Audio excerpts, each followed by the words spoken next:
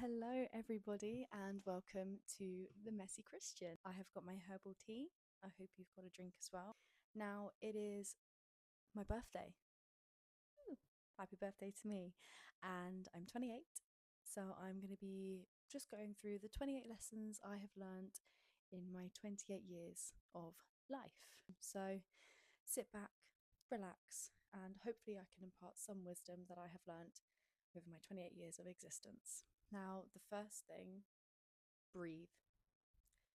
Take a breath. Your breath is actually so important and it is such a pivotal thing as to how you're feeling. If you're really short and quick with your breaths, you're going to stress yourself out, babes. If you slow your breath down, have a sigh breath, even some box breathing, some breathing techniques, you're going to calm yourself down and you're going to feel so much better for it. Anytime I feel myself getting all worked up, I will just quickly stop myself, check myself, and have a breathe and relax. And then my brain's just so much clearer after that. The second thing is life is like meant to be lived and it's meant to be whimsical and it's meant to be fun. Jack Nicholson in The Shining was kind of onto something when he said all work and no play makes Jack a dull boy, because anytime I'm just purely working, I'm dull.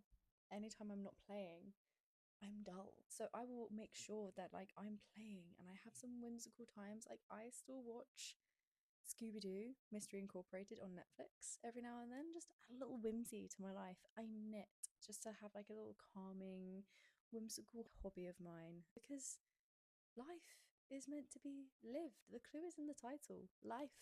Live it. The third thing that is so like such a deep lesson for me is move your body.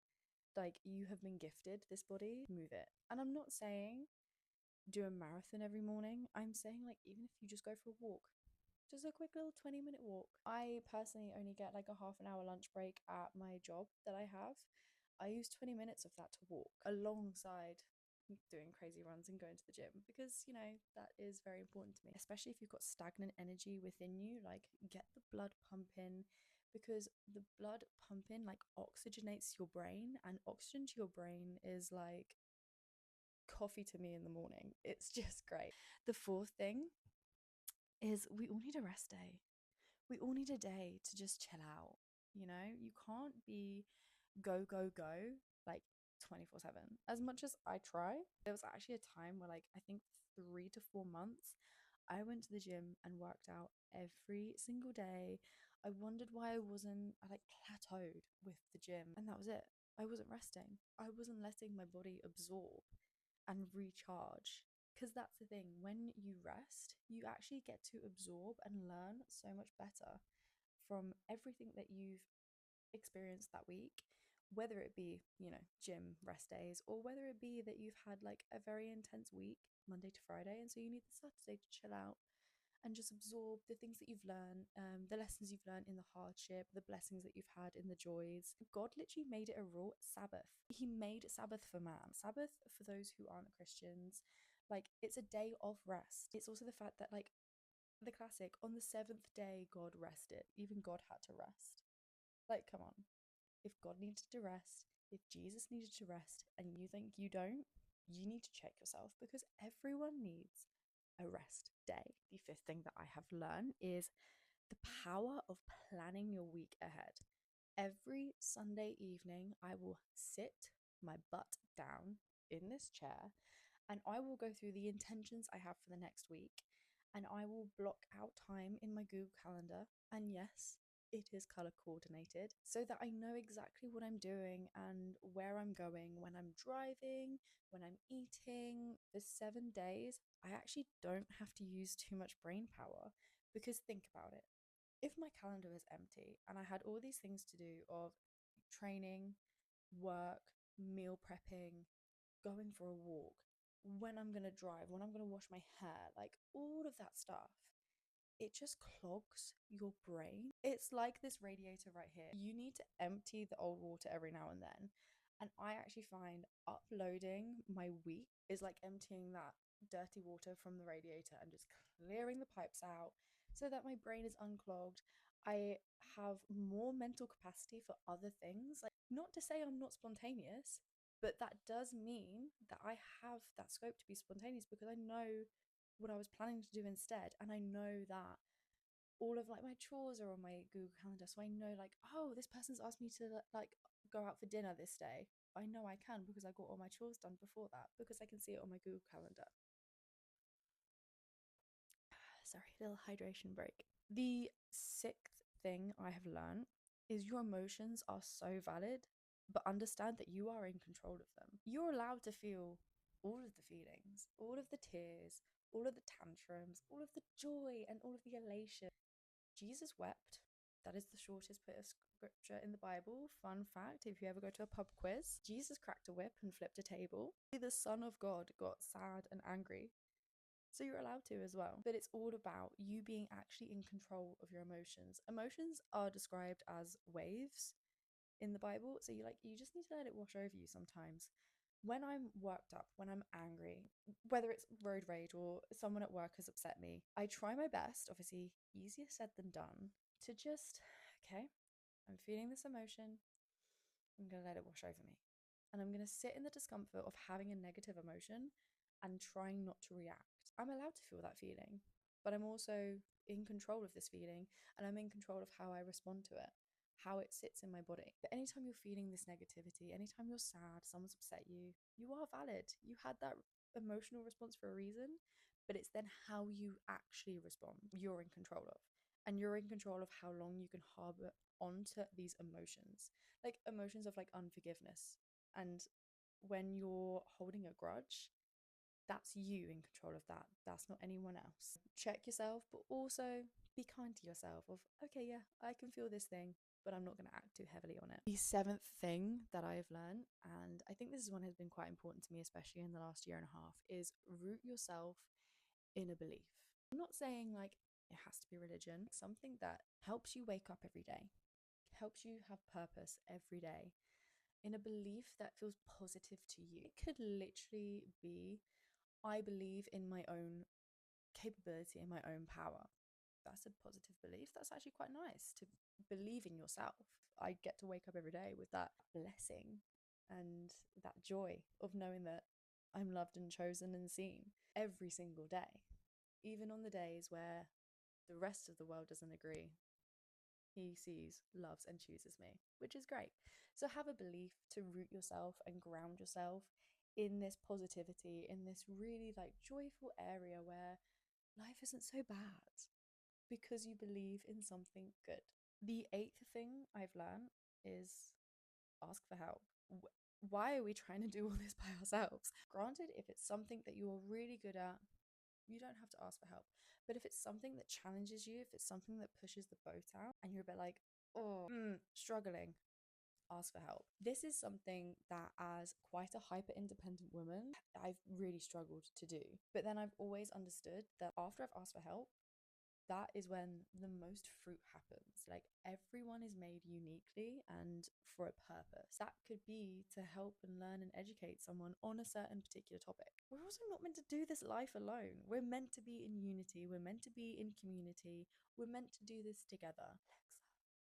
Play. We're all in this together from High School Musical. The ninth thing, which kind of links to what I've just said, is stay connected to the people that you love and care for. It could literally be a 10-second voice note of, hey babe, hope you're okay. I know it's been a while since we've last spoke. Give me a life update. How are you doing? I miss you. Check in, stay connected. We are lucky and fortunate in this world where we can connect to people in that sense really quickly, just with a quick text. Ideally, we do want to actually see these people, meet up for a coffee or go out to dinner with someone or even go for a walk. Something so simple just to reconnect and just to have that sharing of one another. We're meant to be in unity. There is a whole book in the Bible that like literally talks about unity. Come on. If Jesus is telling us, maybe we should. And think about it. The last dinner, he gathered all the people he loved and cared for, his closest people, when he knew he was going to die. We've got to be in community, guys. The 10th thing I've learned is listen to your gut. Your gut instinct is usually right. When someone shows you who they are and your gut goes, we don't like that, listen to it. Don't think, oh, no, that's just a little thing that I can get by. No, no. If your gut is telling you absolutely not, then don't do it. Trust me, it's not worth the heartache afterwards. The 11th thing that I've learned is do not build a playground on the edge of a cliff. Now, let me explain this one. If you have a certain thing that you're like, I don't want to do that, then why would you build the boundary and build the end of the boundary, like right where the cliff edge is? If you say, like, don't want to spend a certain amount of money, you want to start saving, why would you then join your friend on a shopping trip? Why would you then say yes to dinner plans on going out? I'm not trying to like demonize shopping and going out for dinner after I've literally just said connect with people. But it's all about, what is your boundary? Like, what is the thing that you don't want to do, and where are you placing that boundary? Like, are you tempting yourself a bit too much? Are you stepping into an area where you know you're going to fall off that cliff edge? Stop building that playground on the edge of a cliff. Build it a little bit further back. Keep yourself a little bit safe, so then there's a little bit of scope to potentially go a little bit further when you realize, oh, I've actually crossed a boundary here, and then you won't fall off the edge of the cliff. The 12th thing that I have learned is that we all are our own characters, and we have to pick up our own console and play. What I mean by this, stop trying to be someone else. Stop trying to be the Instagram influencer that you literally scrolled past the other day. Stop trying to be like your boss. Be the person who you want to be, who you were meant to be. We were all intrinsically woven in our mother's womb, as Psalm 139 says. We are made to be unique. We're made to be our own people. Why are we trying to be someone who we're not? Why are we comparing ourselves to someone else? Then be, oh, I should be like that person. No, no, you should be you. You were made unique and beautiful. So why are you trying to be someone else? It's pointless. The 13th thing that I've learned is you are not going to be everybody's cup of tea, because some people, they drink coffee. Now, why are we going around trying to fit in to make everyone like us?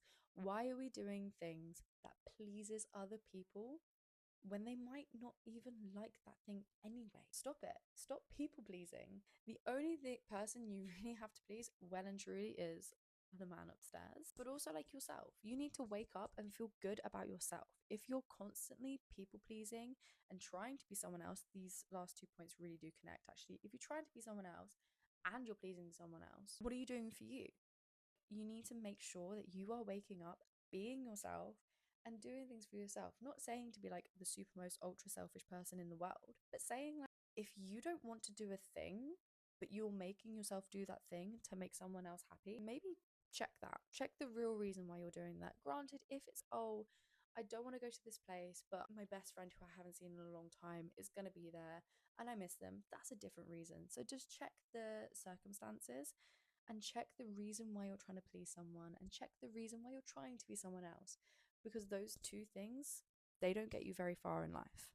The 14th thing that I've learned is there is an sheer power in ensuring that your basic needs are being met. And what I mean by this, you're hydrated, you're getting enough sleep, and you're eating well. It is the most simplest advice I could ever give anyone. Whenever someone goes, oh, I've got a bit of a headache, I'm like, have you been drinking enough water? That is always the first question I'll ask. And the first answer I always get is no. Babes, come on. Drink enough water. And I'm not saying it has to be 2 liters every day, because everyone's body actually reacts differently. The base information and advice that is out there is a generic side of things. You really have to listen to your own body of how much sleep you actually really need to get. Are you waking up tired all the time? Is your sleep being interrupted all the time? Check your sleeping habits. Is it that you're feeling like groggy and lethargic and weighed down? Check your food. Are you eating the right things? And I'm not saying like don't treat yourself to a Mackey's. Hey, I had a Mackey's tonight. Make sure that you're meeting your macros. Your micros, let's not worry about that, but just make sure if you're training loads, up your carbs and your protein, and just make sure that you're eating good food and that you're hydrated. It's also like really good for your skin. It's like the best beauty hack is eat, sleep, drink, repeat. It's that simple. We have overcomplicated this.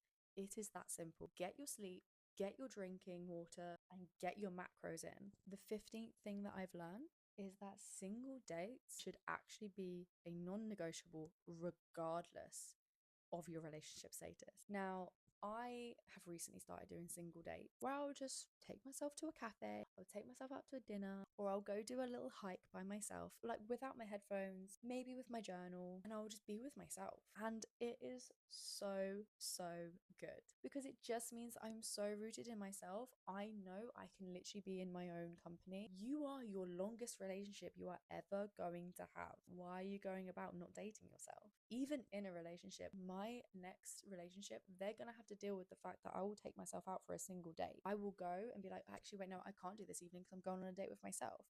I need to make sure that I'm connected to myself as well as God and as well as the people I love and care about. You can't pour from that empty cup. It's the cliche. You need God to refill. You need to refill yourself so then you can pour it out. You actually end up doing really nice things by yourself as well, and just understanding your thoughts better, understanding yourself better. Why would you not want to do that? Even if you're in a relationship, why would you not want to understand yourself like so much better so that you can actually step into your relationship with a clearer mind of who you are, what you like, what you don't like, and how you deal with things. Solo dates, start doing them.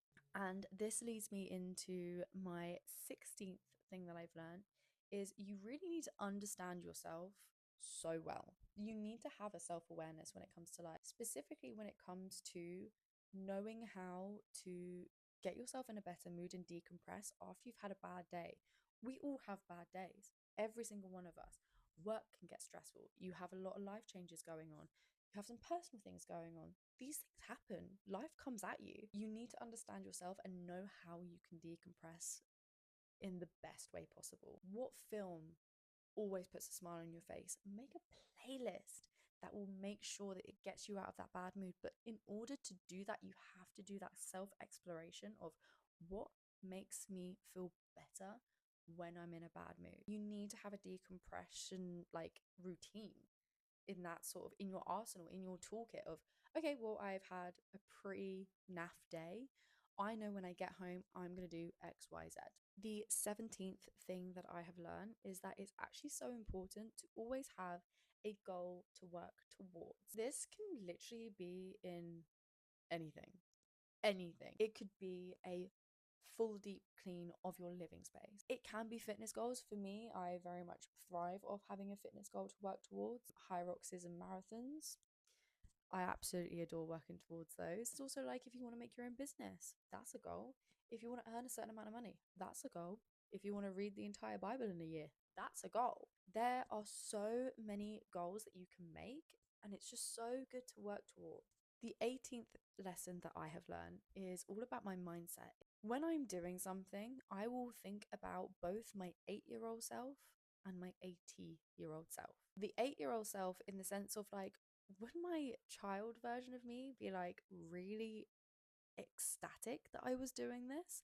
If I went back in time and came face to face with 8-year-old Vicky, if I said, oh, I'm doing this, would she be like, no way, that's so cool? Or would she be a bit like, huh? Why are we doing that? And then also simultaneously thinking about 80-year-old Vicky. If when I'm on my deathbed, if I get to like, if that's how my life is going to unfold and I'm laying in bed and I'm talking to my carers, obviously working in the care industry, I do have these thoughts because I've had these conversations being the carer. If I'm laying in my hospital bed with a carer and they're asking me about my life, is this a story that I would include in my life story? Is this something I'll be like, yeah, this one time I did this. Oh, I work towards this like every day. Would it be something that I would be like comfortable to share with carers, or would I be a bit like, I'm going to just not say that actually because I don't want to say that?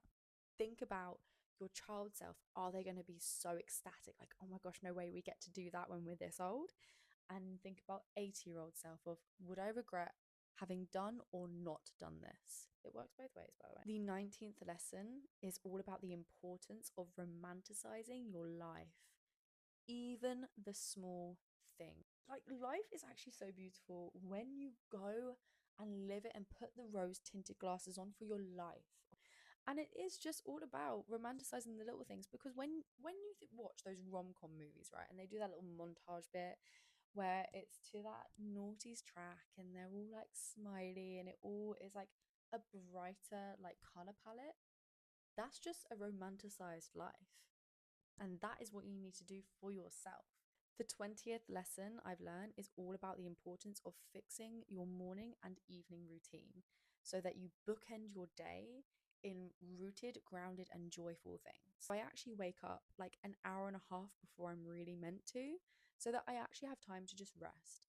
I like reading in the mornings, moving my body and stretching. My skincare routine, it is ironclad. Like, I will not do my skincare routine both morning and evening. In the evening, I unwind my lights, I read before bed, my phone's been put to bed an hour before as well. It's all about cultivating your routines, specifically the morning and the evening one. Bookend your day with really amazing things that make you feel good, that satiate your soul. Whatever happens in the middle is whatever happens in the middle. Having a strong morning and evening routine that just connects you, connects you to God, is going to be so beneficial. The 21st lesson I have learned is check what you're idolizing. Check what you have on that pedestal. Are you a person that loves the idea of being in love? I used to. I used to just love the idea of like the perfect relationship and the perfect man, to the point where I would actually accept less than I deserved and accept less than what that would actually be, because I was idolizing it so much. Like, check what you're focusing so much attention on, because what you idolize is what you like fix your attention on. The pedestal is meant to be filled by your higher belief and yourself. What you think about is what you make real in your life. Whatever occupies your brain becomes your reality. So check what is on that pedestal, check what you're idolizing, maybe drop the idols a little bit. The 22nd lesson that I've learned is actually you really can't control life. You can only control your response. You can't control when the rug gets pulled out from beneath your feet. You can't control when you get these blessings. You can't control anything. All you can control is how you respond to it. Is your manager shouting at you? You can't control that, but you can control how you respond. You can be like, okay, and come from at it at an observational standpoint of, oh, I see how this person works now. Or you could shout back. I wonder which one sounded a bit better. Did you just have a breakup? Well, you could be sorry for yourself for months on end and actually end up doing a little bit more damage to yourself and then to the people around you. Or you could kind of go, oh, well, this actually gives me an opportunity to do some inner work, learn from this relationship, and move on. Check your responses instead of your circumstances. Like, your circumstances, you really can't change. It's the inchangeable part of life, is it just happens to you. How you respond is actually says so much more about your character than what is actually happening to you. The 23rd lesson I've learned is the importance of music. Cultivate your playlists on Spotify, Apple Music, whatever streaming service you use, because music actually has such a it's so powerful. It can make you feel good, it can make you feel bad, it can make you feel angry, it can make you feel all these things. And I do think it's a portal to like feelings and energy and emotions. So like, if you're always listening to sad music, like, and you're wondering, why am I always sad? Maybe that's what it is. Music is actually so powerful. What you listen to also creates your reality. So cultivate your playlist. Like, make a sad playlist. Don't get me wrong. Sometimes we do need that. We need music to push us to feel sad and to purge those emotions out of us. But check if like your morning playlist, like that to the drive into work, do you have a lot of angry songs in there? Do you have songs that actually set off your anxiety a little bit? Cultivate your playlists, check what you're listening to at certain parts of the day, and just have a playlist for every mood so that you know, oh, I want to feel this way, or I am feeling this way. I can then listen to this. The 24th lesson I've learned, we really need to do everything with good intentions and with love behind it. It's literally in the Bible, do everything you do with love. When you click on the news, my gosh, there is so much hate on this planet. There is so much negativity that it can really drag us down, and we can then start doing things out of hate. We can start doing things out of bad intentions. But actually, the best way to combat it is to really be like, you know what? I want to do this thing, and I'm feeling the love, and I'm feeling like it's got good intentions behind it. That actually spreads so much quicker than hate. Why would you not want to do everything out of love? Like, you're the one that feels the love, and love spreads so nicely that everyone else ends up feeling the love, and then everyone else ends up feeling the good intentions. You know, when like someone is like really nice to you because they're trying to get something out of you and it's actually a bad intention and you can kind of feel it and it feels a bit tacky, their like nicety. Yeah, because everyone feels the intention behind what you're doing. Just check your heart, check if it's feeling okay. The 25th lesson I've learned is everything is either a blessing or a lesson. So always be grateful. If it's a blessing, great, fantastic, thank God, hallelujah, I have been blessed. If it's a lesson, thank God, hallelujah, I'm learning something and I'm growing and I'm being a better person and I'm developing. And it's a hard thing to do sometimes when you're mid lesson and it's quite a hard, tough lesson, like a really tough pill to swallow. That can be hard to be all praising and happy. But even just to feel grateful of, okay, well, I get to go through this challenge. I have been given the chance to better myself through this challenge, through this lesson, and it can be really hard, but just try to be grateful. You get a chance at life. You get a chance to wake up every day, even if you're in the middle of a lesson, and even if in the middle of something bad happening to you. Can be really hard, don't get me wrong, but there is always gratitude to be had in every day, whether you're in the middle of a blessing or a lesson. The 26th lesson that I have learned: be kind to strangers. If you like someone's outfit, tell them. If you like how they've done their hair, tell them. Be kind. Hold the door open for someone. A waiter is cleaning your plates. Oh, thank you so much. The Starbucks drive-through down the road from me. When I've got my coffee, I thank them and I wish them a good day. Just be kind. Spread that kindness. The 27th lesson, the penultimate lesson: stop falling for the bare minimum. The fact that a common phrase now that I've really heard is the bar is in hell.